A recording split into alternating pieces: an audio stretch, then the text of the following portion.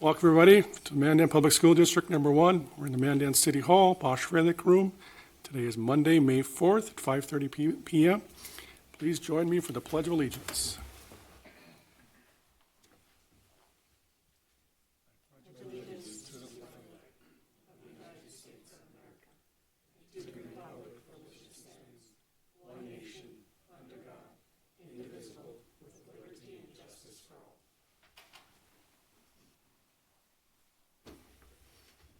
Next up, we have a approval of the agenda. Any additions or changes to the agenda? Seeing none, what are the wishes? I move to approve the agenda. Second. Okay, we have a motion and a second to approve the agenda. Any questions, comments? Otherwise, please call roll. Yes. Yes. Yes. Yes. Yes. Yes. Yes. Next up, we have public comment. Anybody in the audience wishing to talk to anything on the agenda? Anybody talk to anything on the agenda? Going once, twice, seeing nobody. We'll move on next to the administrator's report. Dr. Bitts, you want to? Yeah, I'd like to introduce Mitch Bitts from the Mandan Fire Department. He's the fire chief, and he's going to talk about the upcoming or the future of the Mandan Fire Department and the response times to schools. We've had some issues, not issues, but well, we've had issues where we've had to call 911, and when you call 911 and you're waiting, it feels like forever. I know the fire department's doing their best they can, but he's going to talk a little bit about that and about response times, and I'll turn it over to him. Thank you, Dr. Bitts. President Horn and members of the board, thank you for inviting us out this evening and allowing us the opportunity just to take a few minutes of your time. As mentioned, everything we do in the fire department is based on response times, and across our entire community, we evaluate constantly what our times are. Our goal is to get to 90% of our calls within 4 minutes or less. It's a pretty high goal to hit, but we feel like it's obtainable for most of our city. Right now, currently, as our fire department is sitting today, where we do not meet that time is up in the northwest part of town. But I got a short slide presentation here, but just keep in mind that yes, we have an immediate problem in the northwest part of town, but as we bolster the response in that specific section of our town, we also build redundancies into Station 1 and Station 2 capacity as well to respond to all the schools and the entire city at large. So I'll just go ahead and kick off our slide. We really looked at, after the last couple of years, truck lead times used to be 8-9 months for a build time. Now they're 4 to 5 years in some cases. So it's really forced our hand to look at long-term planning and budgeting, and the price continues to go up just like everything else. So we really looked at a long-term plan and what does that look like.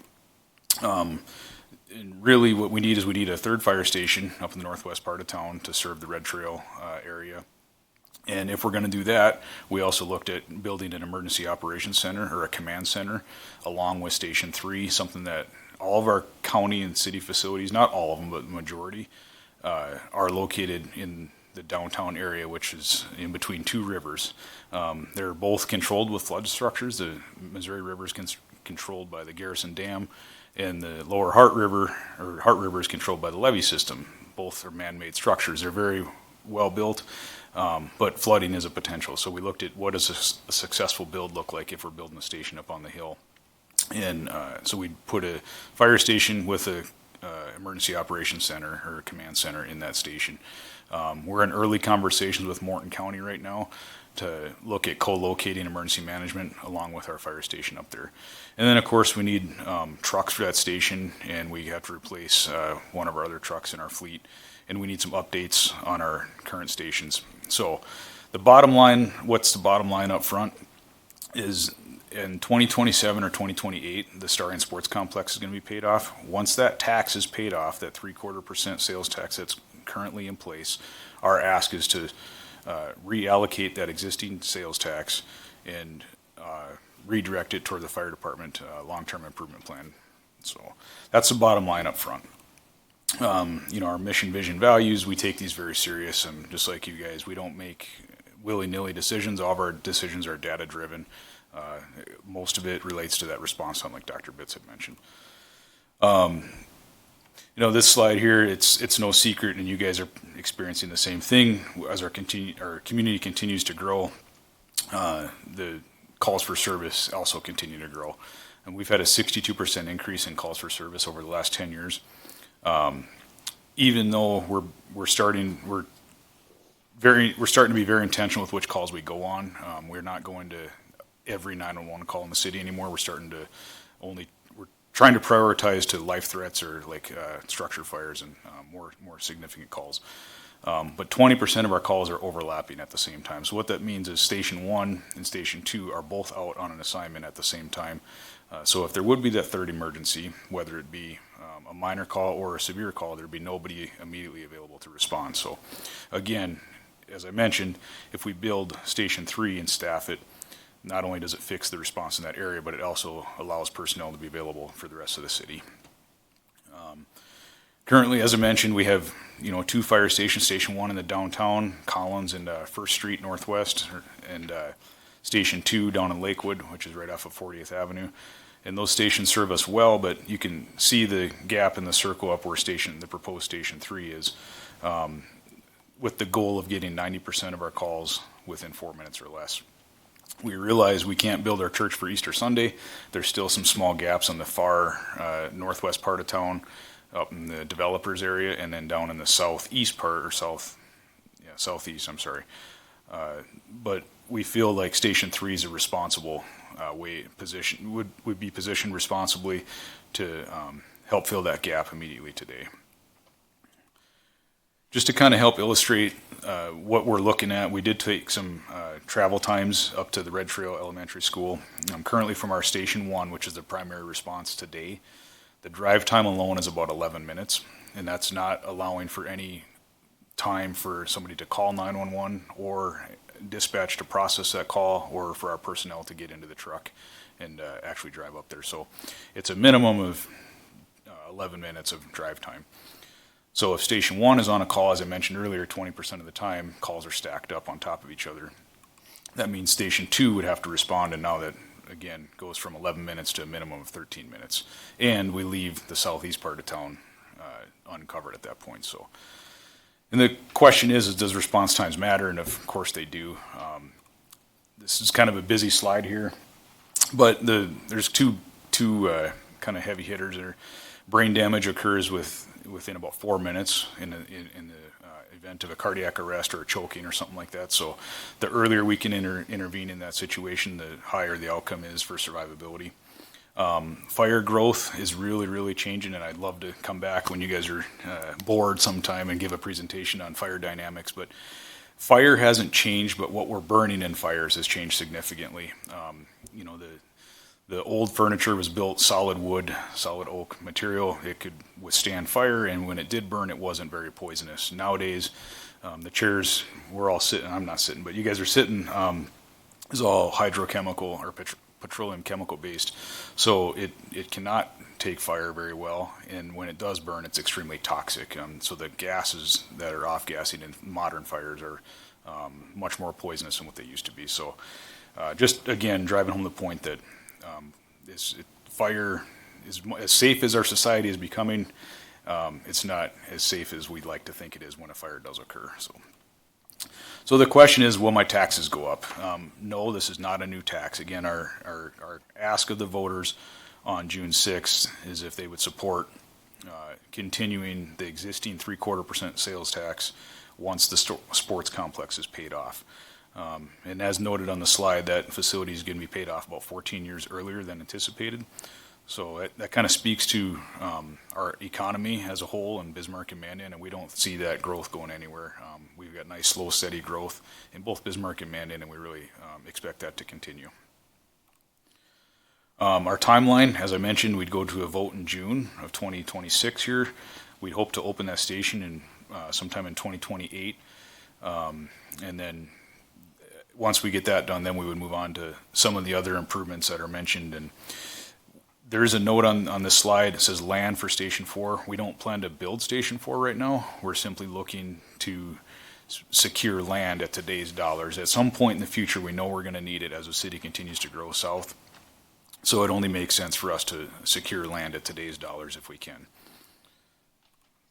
So yeah, just kind of wrapping it up here because I'm almost up against my 10-minute mark, and I gotta stick to my goals.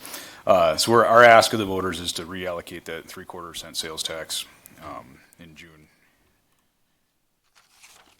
I covered a lot of ground. I spoke really fast, and that's a lot of information. Do you have any questions that I might be able to answer? I have one. How long does that tax stay in effect then? President Horn, members of the board, so that tax would be in effect at the maximum is 20 years or until it's paid off, whichever one's sooner. We feel very confident that it'll be paid off before the 20 years. Thank you. Any other questions for Mitch Bitts? Thank you, I'm guys. assuming you're hitting all the different areas or your presentation, trying to get the word out. Yeah, so this is a great question. Thank you for asking. We're trying to get out in front of as many people as we can. So if there's anybody in the audience or any of you that would, like to have us come speak, I guess the thing we're trying to do is share facts, right, and encourage people to vote. That's what makes our country and our community so great. Whether you support it or not, get out and vote, I guess, is the biggest question or biggest ask. And yeah, if anybody wants to hear more information, please contact us, and we'd love to share some information. One quick question also, I guess, staffing wise, are you going to be able then to have it fully staffed when you get this one, if it does get built? Thank you for asking that. That's a good question as well. So our staffing model, thanks to, we had a federal grant right now that really bolstered our staffing in anticipation for continued growth. So currently Station 1 and Station 2, by the end of the summer, will be staffed with a minimum of 3 firefighters at all times. And then we've got a staffing model built out, and we feel like we are very close, if not all the way there, to sustainability on a long-term plan. Again, we're a couple years out, so things change, but we feel confident that our staffing model will be able to staff Station 3 as well at that time. So if this wouldn't pass, would your whole project just be done then, and there wouldn't be a service up there, or do you have another backup plan on this? So currently, we would keep responding like we are today, just fully understanding that our response, without strategically placing resources in that neighborhood, there's only so much we can do. And we would continue to do that and try and look for alternatives. We'd keep doing what we're doing, I guess. Sorry. So with your response times too, does that affect homeowners insurance? Yeah. So currently, the ISO, there's an organization that rates your city, your fire suppression capabilities of your city on a scale of 1 to 10. 1 is the best fire department you can have, and 10 is if there's virtually no fire department at all. Currently, Mandan is rated a 3. Now, it's very difficult to get a straight answer about what it takes to get to that next level. It's kind of like a credit score, because if you knew exactly what goes into your credit score, everybody would just go out and do those 10 things to get their credit, and they wouldn't worry about anything else. It's no different with this. So we don't know exactly, because it's all encompassing. It goes to our water reservoir capacity, water main sizes, our training hours, our truck gallons a minute, and then also our station locations and response times.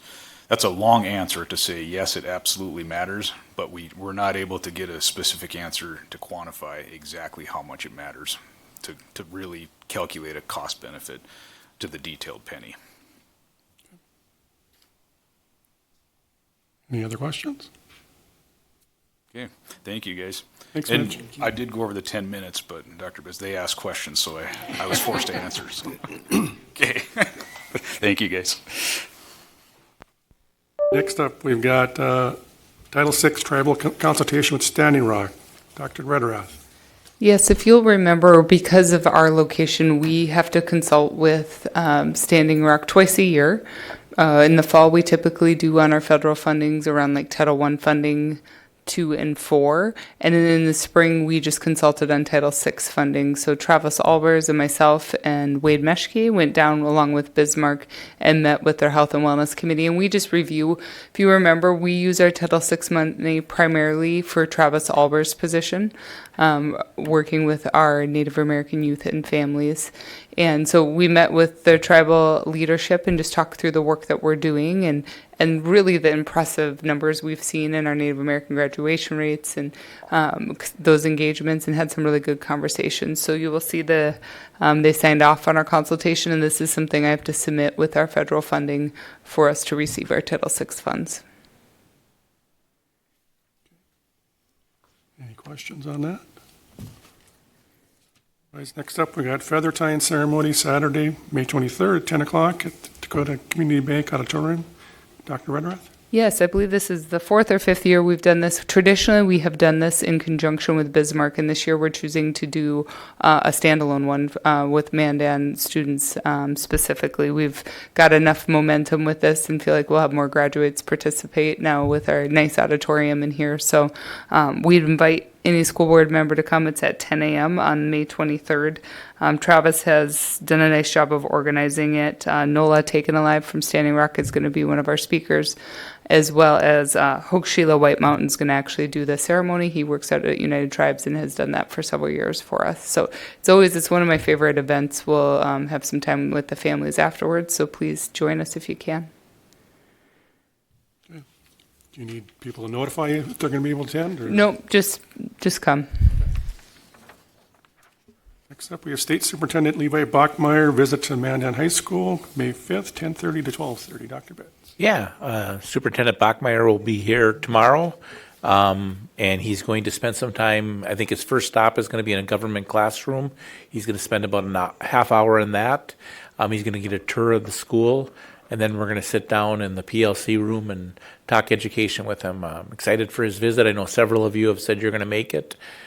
Actually, I was just at a meeting with him today, and somebody asked what was the best visit he's had, and I said, well, that's coming tomorrow. So, no, we look forward to his visit. I think it'll be a nice time. He's got a hard stop at 12:30 when he's going to leave, so we'll see how much time we get to visit with him, but excited to host him tomorrow, and hopefully as many of you as can attend will be there.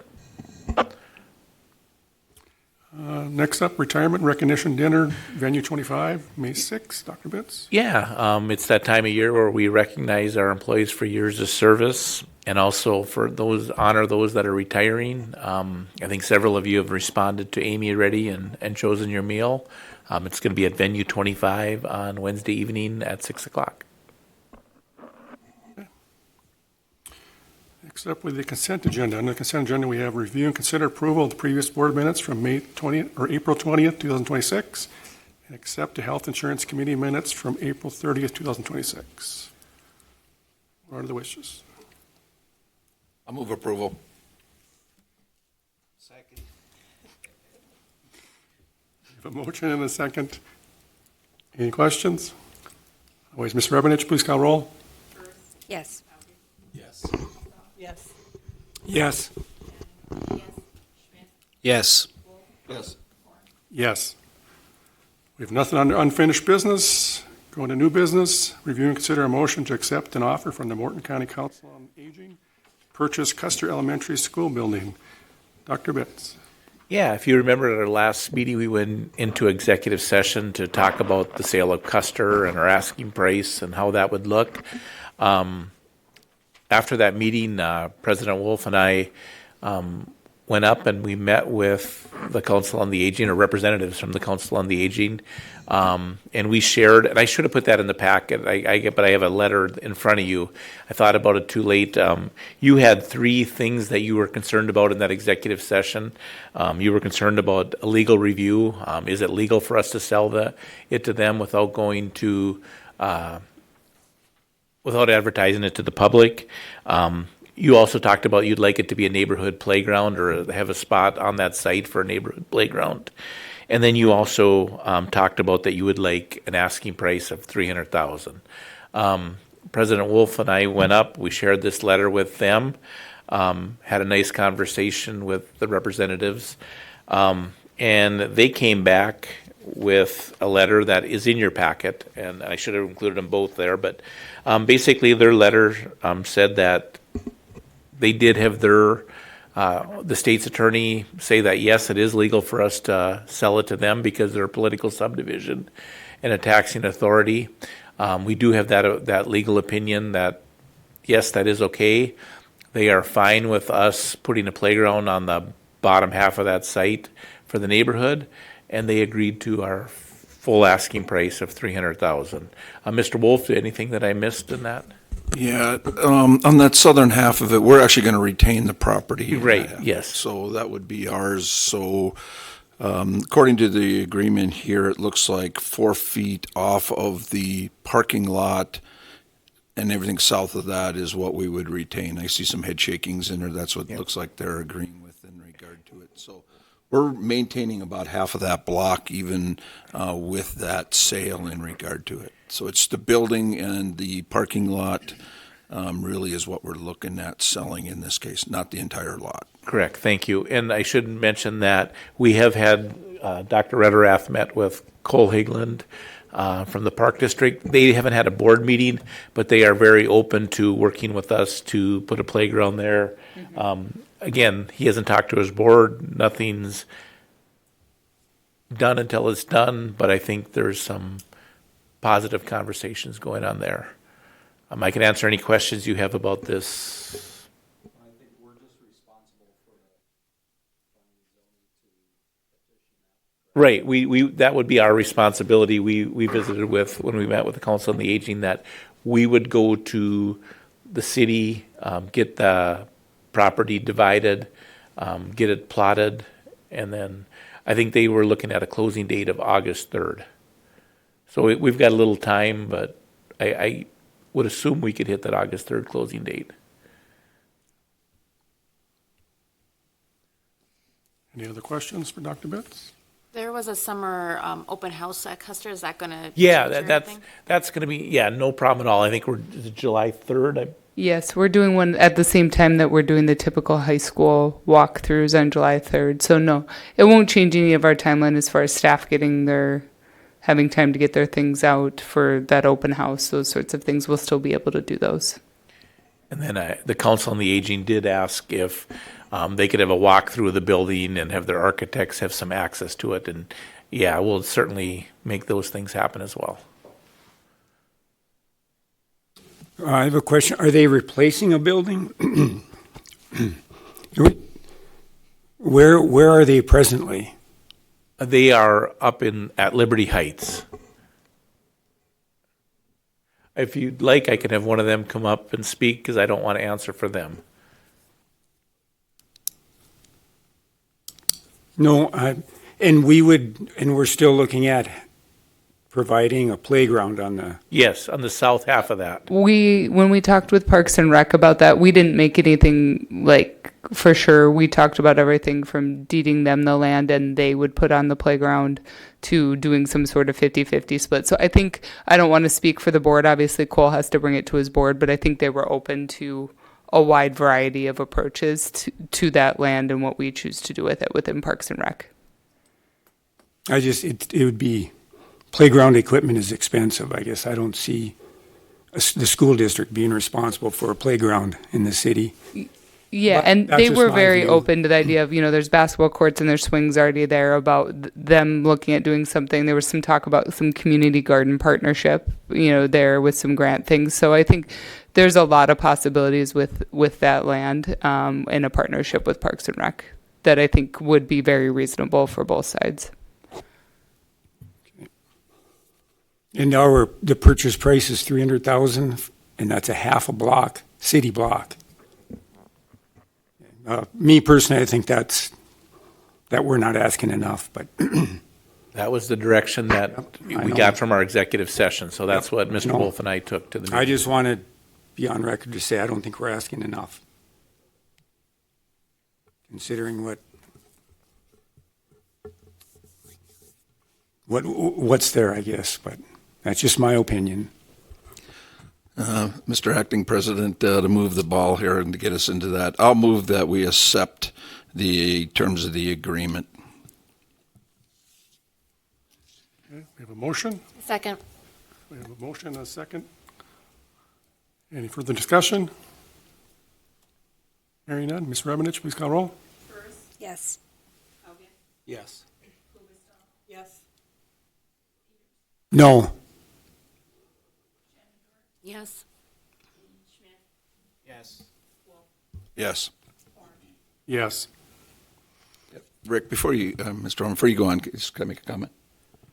I just want to apologize for being late to the meeting. I got hung up on a different meeting, and then coming through the eastern part of Mandan, I was backed up quite a ways, so I apologize to the committee for being late. It wasn't my intention. And also congratulations on the building. I think it'll be a good use, so thank you. Okay, next up, we got review and consider request for release from certified staff members from a signed teaching contract. We have a couple of them here, so we've got Daniel Peterson, fourth grade at Roosevelt, Vonda Dahl, instructional coach at Lewis and Clark, Anna Kennedy, special education at Lakewood, and Christy Fry, a counselor at Mandan Middle School. Dr. Redrath. Yeah, so I'm going to kind of go through them one by one just so, because there's one that we have a little bit of a different recommendation on from the others. But for Daniel Peterson, you'll find his letter in your packet there. We are recommending that we accept his resignation pending replacement is found and liquidated damages are paid. That would be our same recommendation for Anna Kennedy and Christy Fry as well on there, if we want to do those as one, potentially as one motion. Okay. And then for Vonda Dahl, we are recommending release of contract and waiving liquidated damages. Typically, when someone has an opportunity for a career advancement that we're not able to provide them, we have traditionally released them for their contract and waive liquidated damages. And she's having the opportunity to serve as a principal next year.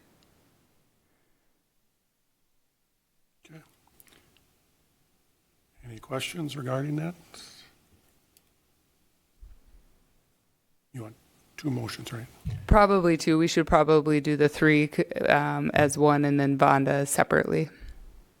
Okay. So as far as Mr. Peterson, Ms. Kennedy, and Ms. Fry, what are the wishes of the board?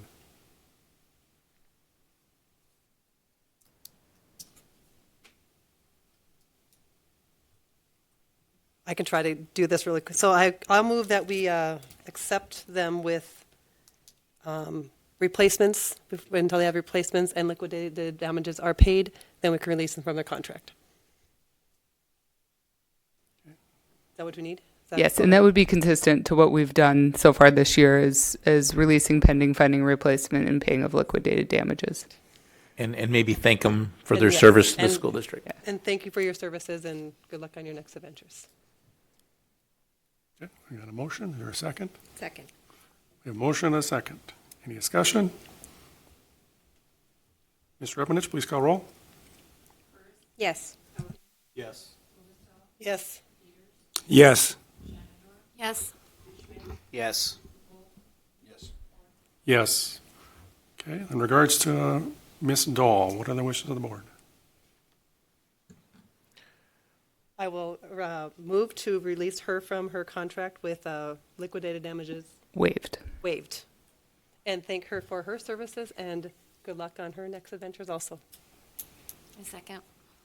A motion and a second. Any discussion? Hearing none. Ms. Rebenich, please call roll. Yes. Yes. Yes. No. Yes. Yes.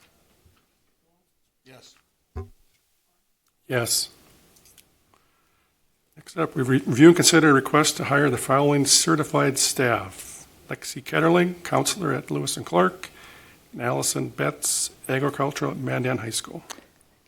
Yes, and Lexi is replacing Kelsey Isaacs, who you had motioned to allow to be released last meeting. So we were able to find a replacement there, and we're excited to have her, and we're also excited to have Allison Bentz. We're fully staffed at CT now, and having had a buildings and trades opening and an ag opening, that's not easily done, and we're really excited about our new staff. So we'd like to welcome them to Mandan. As far as staffing wise, other than the resignations, are we full yet, or? Those are the ones that we have right now that we'll be looking for replacements are our only openings as of now. What is the wishes of the board? I'll move approval of the two individuals at Mandan High School and welcome them to the Mandan team. Second. Okay, a motion and a second. Any discussion? I just have a question on like the salary for the A one. There's like multiple addition. What is that? So agriculture, there's some additional contracted days in the summer because of the FFA, like the state fairs, and the expectations there for their extra duty pieces. For all of our CTE staff, they're required to have a student organization. So think FFA, FBLA, DECA, those sorts of things. And with the way ag runs, they have 25 extra days throughout the summer. And so they're listed on their contract, but they're just listed as separate line items. And then they all have a summer PDC conference in August that they attend that you'll see on all of our CTE teachers' contracts. And yeah, similar to a coach. And Yeah. one thing with our CTE, we also get extra reimbursement from North Dakota Career and Technical Education in addition to the per pupil payment. So that is a great question, though. Thank you for asking. Yep. The payment is consistent with the negotiated agreement, so yes. Any further questions? Otherwise, Ms. Rabinich, please call roll. Yes. Yes. Yes. Yes. Yes. Yes. Yes. Yes. Next up, review and consider approval on open enrollment application seeking deadline waiver. Looks like we got a few of them here. Yes, you will see there is 4 kiddos, 3 families. The first 2 are siblings, and they're all individuals who have been established with us, happen to move to Bismarck, and would like to continue to attend in Mandan. So we'd recommend you approval of the open enrollment applications. What is the wishes? I would move that we approve the open enrollment applications. Second. We have a motion and multiple seconds. Any further discussion? Ms. Rabinich, please call roll. Yes. Yes. Yes. Yes. Yes. Yes. Yes. Yes. Last item, we got future meeting dates. We got May 5th, State Superintendent visit, 10:30 at Mandan High School. May 6th, retirement recognition, 6 p.m. at Venue 25. May 18th, regular school board meeting, 5:30 p.m. City Hall. May 24th, graduation, 2 p.m. starting Sports Complex. And June 22nd, regular school board meeting, 4 p.m. at City Hall. As far as graduation, let you know as far as where to get a chair for us, or? Yeah, I guess we'll need, I didn't even think of that. That's coming up quick. I'll need to know if you're going to be there so that we can have a chair for you on stage, so. Okay. All right. Nothing further for the meeting. Meeting is adjourned. Thanks, everybody.